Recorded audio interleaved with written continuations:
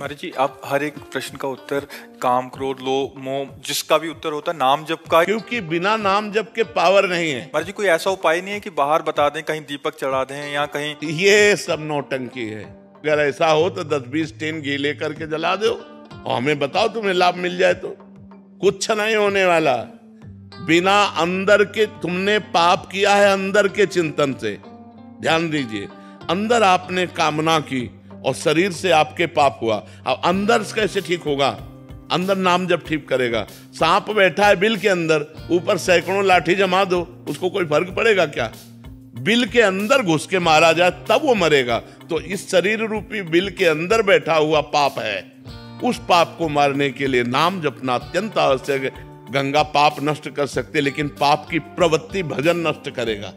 पाप किया, गंगा नहाया, फिर पाप किया, तो मतलब क्या रहा गंगा नहाने से? पाप की प्रवृत्ति का नाश होगा तो नाम जप से होगा, भजन से होगा। अगर भजन नहीं करोगे तो हर प्रश्न का उत्तर नाम जप है। अगर नाम जप नहीं करोगे तो समाधान हो ही नहीं सकता। ये आप करके देख लो, जंतुर बंधवा के देख लो, हवन करवा के देख लो, कलावा बंधवा के देख लो, कुछ नहीं होने वाला।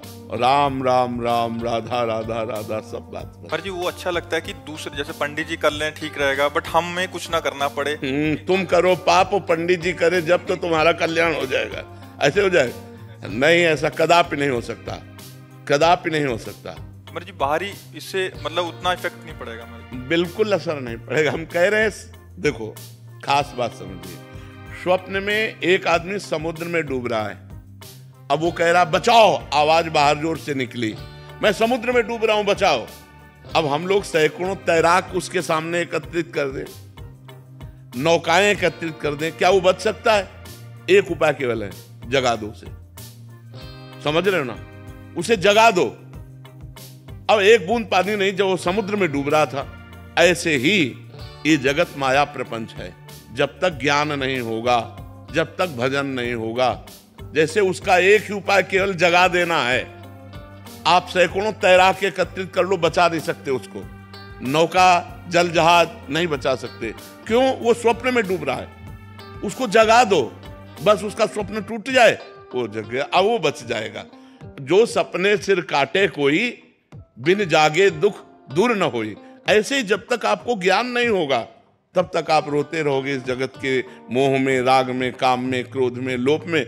थोड़ा दान पुण्य किया, थोड़ा पाप नष्ट हुआ, फिर पाप किया, फिर इससे काम नहीं बनेगा। काम बनेगा पाप की जड़ का नाश हो, और पाप की जड़ है पाप की प्रवृत्ति। उस प्रवृत्ति में जब तक ज्ञान नहीं जागृत होगा तब तक बात नहीं बनेगी। इसलिए खूब नाम जप करना अत्यंत अनिवार्य है। महाराज, कैसे पता लगेगा कि हमारे पाप नष्ट हो रहे हैं और हो गए हैं? जैसे जैसे पाप नष्ट होते जाएंगे, चिंता, शोक, भय, ये सब नष्ट होता जाएगा। अपने आप हृदय में आने लगेगा मैं निष्पाप हो गया हूँ।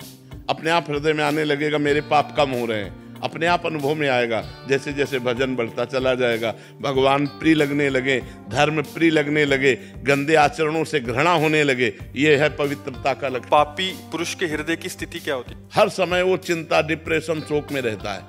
हाँ, निगेटिव, उसका हर चिंतन निगेटिव हो, यहां तक निगेटिव हो जाएगा कि उस करने की वो सोच लेगा।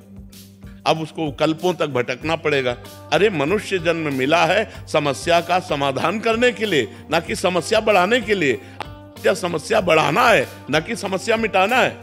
लोग समझते नहीं है, सोचते हैं आप कर लेंगे तो हम समस्याओं का निदान कर लिया, और घोर समस्या में फंस गए। समस्या का निदान करने का उपाय मनुष्य शरीर था, उसको खो दिया। अब तो सवाल नहीं उठता।